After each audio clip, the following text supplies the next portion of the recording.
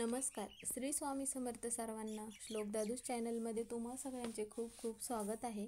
स्वामी तुम्हा सगळ्यांना कायम सुखी ठेवो ही स्वामीचरणी प्रार्थना करते आणि आजच्या व्हिडिओला सुरुवात करते. तर सगळ्यात पहिली गोष्ट, दिवाळी येत आहे, तर दिवाळीच्या तुम्हा सगळ्यांना खूप खूप शुभेच्छा.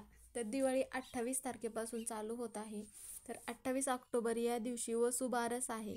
तर या दिवशी आपण गाय आणि वासराची पूजा करतो. तर त्याच्या दुसऱ्या दिवशी म्हणजेच की 29 ऑक्टोबरला धनत्रयोदशी आहे. तर मग धनत्रयोदशीला आपण देवी लक्ष्मी माता, भगवान धन्वंतरी आणि आरोग्याचे आपले जे जनक आहेत त्यांची आपण पूजा करतो आणि भगवान कुबेर यांची पण आपण या दिवशी पूजा करतो.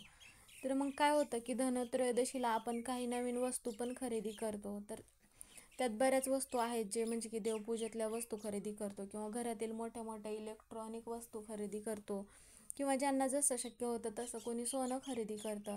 पण आपण जेवढ्या वस्तू खरेदी करतो त्याहीपेक्षा महत्त्वाचं म्हणजेच की धनत्रयोदशी या दिवशी अशा काही वस्तू दान करायच्या आहेत ज्यामुळे काय होतं की आपल्या जीवनात भरभराट होते, लक्ष्मी माताची कृपा आपल्यावर राहते आणि आपला गुरु बळकट होतो आणि लक्ष्मी माता आपल्यावर नेहमी प्रसन्न राहते. त्यामुळे अशा कोणत्या गोष्टी आपल्याला दान करायच्या आहेत किंवा कोणत्या वस्तू आपल्याला दान करायच्या आहेत तर ते आजच्या व्हिडिओमध्ये आपण बघणार आहोत. त्यामुळे व्हिडिओ शेवटपर्यंत नक्की बघा. व्हिडिओ जर तुम्हाला आवडला तर व्हिडिओला लाईक करा आणि चॅनलवर जर नवीन असाल तर चॅनलला सबस्क्राईब करायला विसरू नका. तर मग आपण काय करतो की धनत्रयोदशी असेल त्या दिवशी आपण वस्तू खरेदी करण्याची ही आपल्याकडे तर परंपरा आहेच. पण लोक या दिवशी काय करतात, अजून जी लोक आहेत ती ज्यांच्याकडे ज्या वस्तू म्हणजे पैसा जास्त असणारे सोनं चांदी या वस्तू खरेदी करतात आणि त्याहीपेक्षा मग अजून भांडी खरेदी करतात. तर मग या वस्तू तर खरेदी करणं आपल्याला म्हणजे शुभ मानलं जातं. पण धनत्रयोदशीच्या दिवशी आपण जर दान केलं, गरिबांना दान केलं किंवा ज्या लोकांना आपण वस्त्र दान केलं किंवा धान्य दान केलं तर हे सगळ्यात मोठं पुण्य मानलं जातं. त्यामुळं आपल्यावर लक्ष्मी माताची कृपा राहते. तर मग काय करायचं आहे, आता जी गरीब लोक वगैरे असतात, तर आता तुम्हाला गरीब लोक म्हटलं तर रस्त्याच्या आजूबाजूला तुम्हाला काही लहान मुलं म्हणा किंवा बायका म्हणा ही तुम्हाला बसलेली दिसतातच. मग त्यांना धान्य तुम्ही दान करू शकता. जेवढं तुम्हाला शक्य होतं ते काय त्यांना खाण्यापिण्याच्या वस्तू लागतात त्या तुम्ही दान करू शकता. यामुळे काय होते, आपण जर दान केलं तर मग काय होतं, आपली आर्थिक परिस्थिती सुधारते आणि जर लक्ष्मी माताची कृपा राहावी असं जर आपल्याला वाटत असेल तर एखाद्या ज्या व्यक्तीला जास्त गरज आहे त्या व्यक्तीला मग घरातील खाण्यापिण्याच्या वस्तू तुम्ही दान करा. त्यामुळं काय होतं की देवी लक्ष्मीची ही कृपा आपल्यावर राहते आणि पैशाची आणि आपल्याला धान्यांची कमतरता कधीच भासत नाही. तर का आपण धान्य दान केलेलं असतं त्यामुळं आपल्याला त्याचं मग दुपटीनं मिळतं. असं म्हणतात, एखाद्याचा आशीर्वाद आपल्याला दुपटीने मिळतो. जे तुम्ही दान कराल त्याच्या दुपटीने आपल्याला त्याचा आशीर्वाद मिळतो आणि त्यानंतर लक्ष्मी माताचाही आपल्याला आशीर्वाद मिळतो. तर हे झालं, तुम्ही धान्य वगैरे दान करू शकता. जसं तुम्हाला शक्य होत असेल तसं तुमच्या ऐपतीनुसार जेवढं तुम्हाला देता येईल तेवढं तुम्ही या दिवशी मग जेवढं खरेदी कराल तेवढं मग तुम्ही धान्य पण दान केल्याने त्याचं पण पुण्य तुम्हाला मिळतं. तर मग अजून एक गोष्ट म्हणजे की तुम्ही वस्त्रदान करू शकता. वस्त्रदान म्हणजे यामध्ये तुम्ही असं नाही की तुमच्या घरातील एखादे जे तुम्ही वापरत नाही कपडे ते मग दान करणं, याला दान म्हणत नाही. की तुम्ही जे नवीन कपडे घेऊन मग एखाद्याला, ज्या व्यक्तीला गरज आहे त्या व्यक्तीला तुम्ही दान करा. एकच व्यक्तीला दान करा, पण ते पण नवीन वस्त्र घ्या आणि मगच ते दान करा. तुमच्या घरातील जुने वस्त्र तुम्ही त्यांना दान करू नका, त्याला दान म्हणत नाही. तुम्ही वापरलेली कपडे देणं मग हे दान म्हणत नाही. त्यामुळे मग जे तुम्हाला शक्य होत असेल तर एकच पिवळ्या रंगाचं वस्त्र तुम्ही या दिवशी दान केल्याने काय होतं की पुण्य प्राप्त होतं. आणि पिवळ्या रंगाचे जर कपडे म्हणा किंवा काही म्हणा तुम्ही दान केला तर ह्या दिवशी तुमच्या गुरुग्रहाशी म्हणजे बळकट होतो, तुमचा गुरु बळकट होतो. त्यामुळे मग ह्या दिवशी काय करा की तुम्हाला जेवढं शक्य होत असेल तेवढं तुम्ही वस्त्र दान करा. ते पण पिवळ्या रंगाचं वस्त्र तुम्ही दान करू शकता.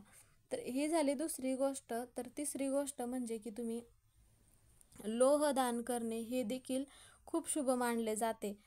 तर मग लोह दान केल्यामुळे काय होते की तुमच्या आयुष्यात जर अडचणी असतील किंवा वाईट दिवस येत असतील सतत, तर मग ह्यामुळे काय होतं की तुमच्या जीवनातल्या ज्या अडचणी असतील त्या दूर होतात आणि मग सतत तुम्हाला प्रगतीच्या मार्गावर नेलं जातं आणि मग लक्ष्मी मातेची कृपा तुमच्यावर नेहमी राहते. त्यामुळे मग ह्या ज्या वस्तू आहेत तर ह्या वस्तू तुम्हाला जसं शक्य होत असेल तसं तुम्ही मग दान करू शकता.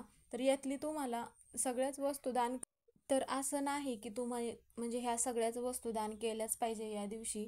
तसं नाही, तुम्हाला जसं जमत असेल ह्या दिवशी एकही वस्तू तुम्ही दान केली तरी हरकत नाही.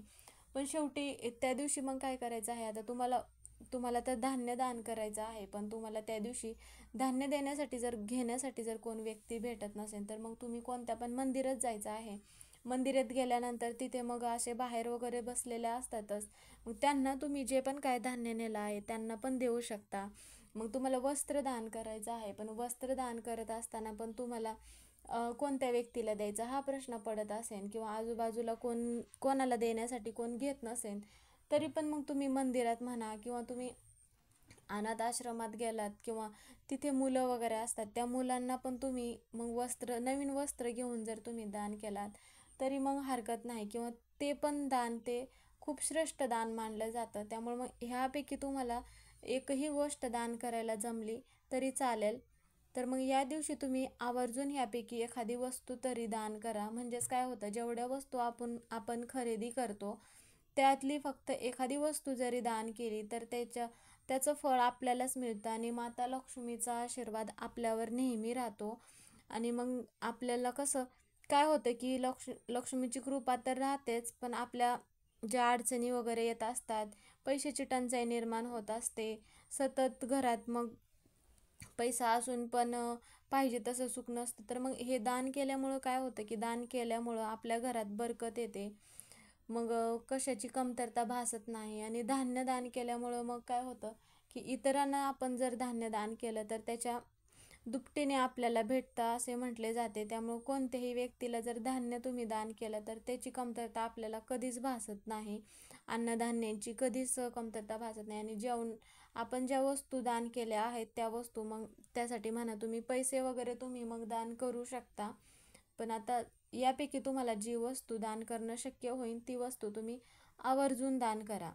तर मग आजचा व्हिडिओ हा इथेच संपला. व्हिडिओ कसा वाटला कमेंट करून नक्की सांगा. व्हिडिओ जर तुम्हाला आवडला तर व्हिडिओला लाईक करा आणि कमेंटमध्ये श्री स्वामी समर्थ किंवा ओम महालक्ष्मी नमः हे लिहायला विसरू नका.